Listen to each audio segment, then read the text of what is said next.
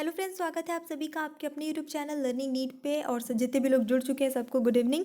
और आपको पता है शाम की 5 बजे वाली जो आपकी क्लास है वो है सीटेट एमपीटेट स्पेशल क्लास। और डेली हम अलग अलग सब्जेक्ट यहाँ पे देखते हैं। आज हम देखने वाले हैं सामाजिक अध्ययन के क्वेश्चन। एक्चुअली हिस्ट्री से ज़्यादा क्वेश्चन आज रहेंगे, इतिहास से। लेकिन हाँ, वो बहुत ज़्यादा मतलब वाइड टॉपिक है जिसमें बहुत ज़्यादा क्वेश्चंस आते हैं। और यही एक ऐसा सब्जेक्ट है जिससे क्वेश्चन काफ़ी लोगों को नहीं भी बन पाता है, स्पेशली जिनका हिस्ट्री सब्जेक्ट नहीं रहा है।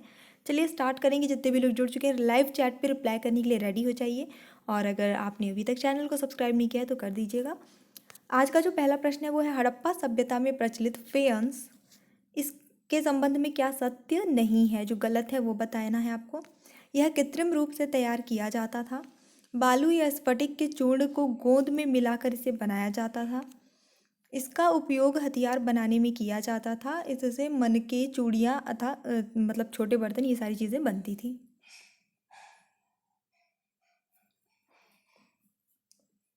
तो आपको जो है गलत वाला कथन बताना है।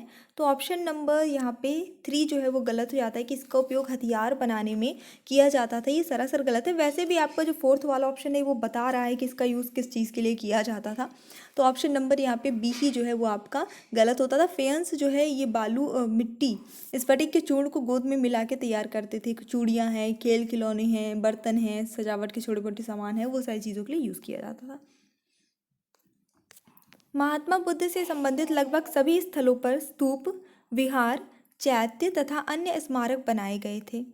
निम्नलिखित में से किस स्थल का महात्मा बुद्ध के जीवन से कोई संबंध नहीं था, लेकिन वहाँ एक स्तूप निर्मित है। मतलब कि वो जगह जो है उनसे रिलेटेड तो नहीं थी, फिर भी वहाँ पे एक स्तूप बना हुआ है। कुशीनगर, सारनाथ, बोध गया, सांची।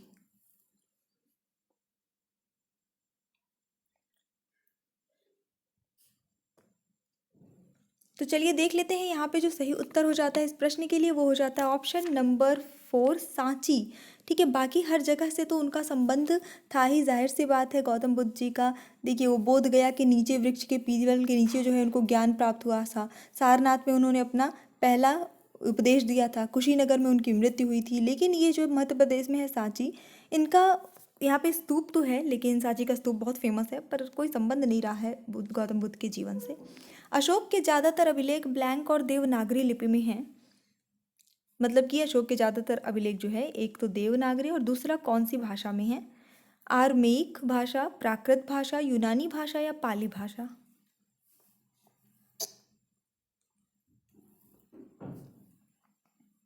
तो यहाँ पे जो सही उत्तर हो जाता है आपका वो हो जाता है ऑप्शन नंबर 2, प्राकृत भाषा में ज़्यादातर ऐसा नहीं है कि सिर्फ प्राकृत भाषा और देवनागरी लिपि यही है, और भी भाषा में पाए गए हैं अभिलेख, ऐसा नहीं है। पाली में भी है और इसके अलावा आर्मेइक भाषा में भी है, लेकिन ज़्यादातर की जहाँ तक बात हो रही है तो ऑप्शन नंबर बी आपका बिल्कुल सही उत्तर हो जाता है इस प्रश्न के लिए। प्राकृत भाषा। अभी सुबह वाले जो मैंने आपको लैंग्वेज प्रैक्टिस सेट कराया था सुपर टेट के लिए, उसमें प्राकृत भाषा और संस्कृत भाषा को लेकर देखिए, प्राकृत भाषा जो एक्चुअली क्या है, इसको 3 कैटेगरी में डिवाइड किया और ये थोड़ा विवादित रहा है। एक्चुअली बात तो यही सही है कि संस्कृत भाषा ही सबसे पुरानी है, लेकिन प्राकृत भाषा में कुछ ऐसे वर्ण मिलते हैं जो वेदों में नहीं मिलते हैं। वैदिक भाषा है, वैदिक संस्कृत है, उसमें नहीं मिलते हैं। ठीक है, तो इस वजह से ये कहीं ना कहीं कंट्रोवर्शियल रहता है। हालांकि ये बात सही है कि संस्कृत ही सबसे पहले है, फिर प्राकृत। जब वैदिक संस्कृत से लौकिक संस्कृति बनने लगी, उस बीच में जो लोग यूज़ करते थे प्राकृत भाषा थी, इस टाइप से करके है। पर उसके बारे में हर जगह पे आपको अलग अलग जो है डिस्क्रिप्शन ही मिलता है, तो वो थोड़ा कंट्रोवर्शियल क्वेश्चन था, उसको अवॉइड करिए। प्राचीन भारत में मथुरा किस रूप में सर्वाधिक प्रसिद्ध था? तो मथुरा जो है प्राचीन भारत में पत्तन के रूप में सर्वाधिक प्रसिद्ध था, ये इसका सही उत्तर हो जाता है। ठीक है, उत्तर प्रदेश में है मथुरा, हम सभी जानते हैं इसको, और भगवान श्री कृष्ण की जन्मभूमि के रूप में भी जाना जाता है। जिनका शरीर युद्ध मैदान में कुठारों, कुल्हाड़ियों, तीरों, भालों, बर्छों, तलवारों, लोहे की गदाओं, नुकीले तारों और अन्य सैकड़ों हथियारों से लगे घावों के दाग से भरे होने के कारण अत्यंत सुंदर दिखता है, वह वर्णन किस राजा के संबंध में है? यानी किसके शरीर पे इतने सारे घाव के निशान वगैरह हैं और ये वर्णन किया गया है किस राजा के संबंध? चंद्रगुप्त द्वितीय, समुद्रगुप्त, स्कंदगुप्त, कुमारगुप्त प्रथम।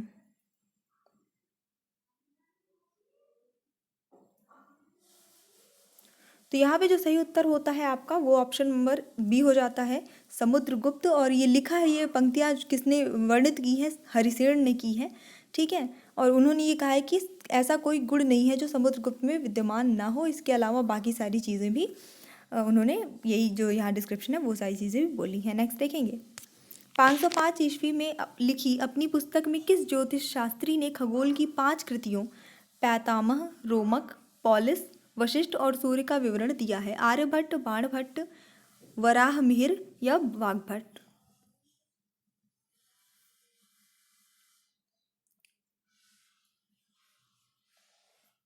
तो यहाँ पे जो सही उत्तर होता है वो हो जाता है आपका ऑप्शन नंबर 3, वराहमिहिर, ठीक है। ये उज्जैन के थे, जो मध्य प्रदेश में है, अवंती उज्जैन, वहाँ के थे। और एक गणितज्ञ थे, खगोल शास्त्री के रूप में बेसिकली जाने जाते हैं। तो उनकी पुस्तक है जो बहुत फेमस है, पंच सिद्धांतिका, इसमें इन्होंने इन पांचों का वर्णन दिया है। मंगोल एक आक्रांता जाति थी, उन्होंने भारत पर कई आक्रमण किए। वह शासक कौन था जिसके समय में एक भी मंगोल आक्रमण नहीं हुआ है? अलाउद्दीन खिलजी, गयासुद्दीन तुगलक, मोहम्मद बिन तुगलक, फिरोज शाह तुगलक?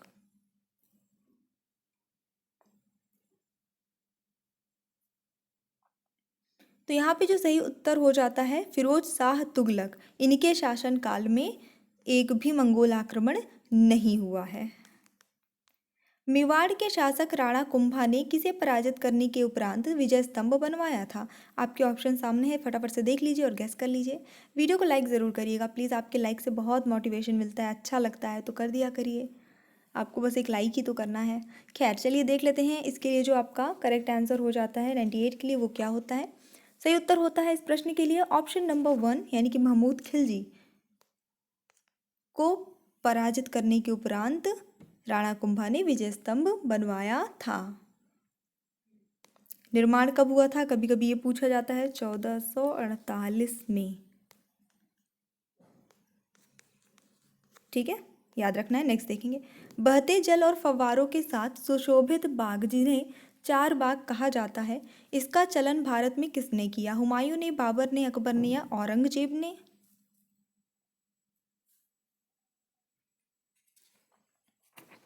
और सही आंसर इस क्वेश्चन के लिए जाता है आपका ऑप्शन नंबर 2, बाबर ने। वैष्णव संत गोसाई जगत रूप द्वारा मुगल बादशाह का आमंत्रण अस्वीकार किया गया, फलस्वरूप बादशाह स्वयं उनसे मिलने गया, वह बादशाह कौन था?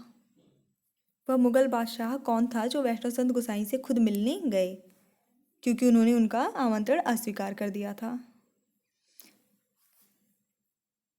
तो ऑप्शन नंबर ए यहाँ पे बिल्कुल सही हो जाता है, जहांगीर, ये इसका करेक्ट आंसर होता है। माना जाता है कि जहांगीर ने वैष्णव संत, बहुत उस समय फेमस थे, गोसाई जगत रूप को मिलने के लिए आमंत्रण भेजा था, तो उन्होंने मना कर दिया था। फिर उसके बाद जहांगीर ने मतलब इंसल्ट फील ना करके बल्कि स्वयं जाकर उनसे मिले थे।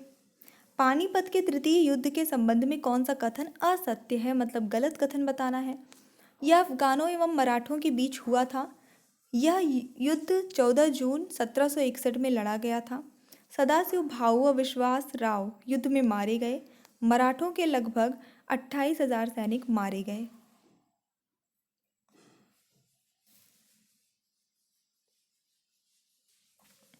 तो देखिए बाकी सारी बातें यहाँ पे सही हैं, ऑप्शन नंबर 2 यहाँ गलत हो जाता है।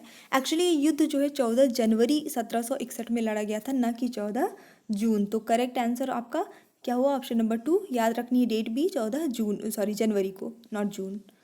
आंग्ल फ्रांसीसी संघर्ष के तहत भारत में कर्नाटक का प्रथम युद्ध हुआ, कौन सा इस युद्ध के कारणों में नहीं था, यानी इस युद्ध का कारण क्या नहीं था? यूरोप में ऑस्ट्रिया के उत्तराधिकार का प्रश्न, अमेरिका में औपनिवेशिक विस्तार के लिए चल रहा संघर्ष, भारत में व्यापारिक स्वामित्व, कर्नाटक नवाब का विद्रोह।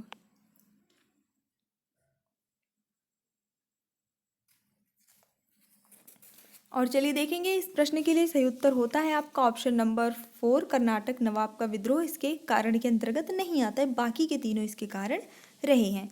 1857 की क्रांति को स्वतंत्रता का प्रथम संग्राम क्यों कहा जाता है?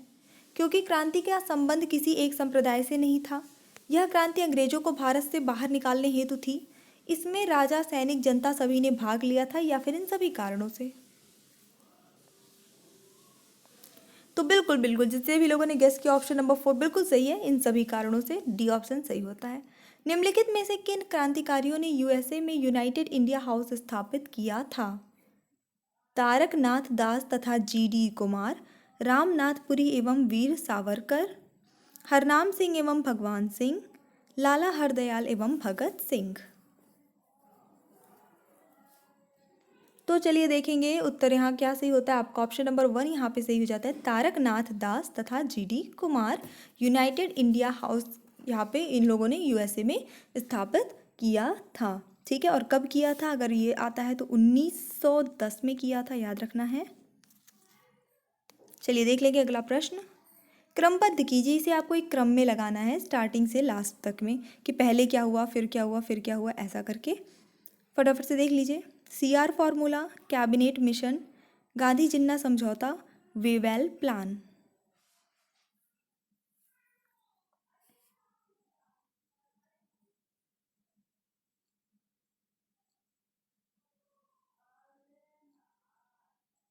तो चलिए देख लेते हैं अब इस प्रश्न का जो सही उत्तर। देखिए, तो सबसे पहले जो इसमें हुआ वो हुआ था 1944 में सीआर फॉर्मूला। ठीक है, ये फर्स्ट नंबर पे रख लीजिए इसको। उसके बाद फिर 1944 में ही सितंबर में हुआ था आपका गांधी जिन्ना समझौता। तो ये जो है आपका सेकंड नंबर पे आ जाएगा, यानी कि 1 और 3 इस तरह से। उसके बाद फिर जो है हुआ था आपका 1945 में वेवेल प्लान हुआ था 1945 पे, तो यानी अब आपका 4 आना चाहिए। और लास्ट में कैबिनेट मिशन जो है वो आपका 1946 में हुआ था मार्च में, तो ये आपका आएगा लास्ट में। तो 1 3 4 2 बनना चाहिए। ऑप्शन नंबर 2 यहाँ पे बिल्कुल सही आंसर हो जाता है। सो ये हमारा छोटा सा सेशन था। मुझे पूरी उम्मीद है कि आपको पसंद आया होगा। पसंद आया है तो लाइक करिए, शेयर करिए, और अगर आप चैनल पे न्यू हैं तो ये सब्सक्राइब करके जाइएगा। ऑल्सो हमारे दूसरा चैनल भी है एग्जाम डोज, आप वहाँ पे भी जाके विजिट कर सकते हैं। लिंक मैं कमेंट बॉक्स में पिन कर दूँगी, आपको वहाँ से मिल जाएगी। So thanks for watching, keep studying and bye bye.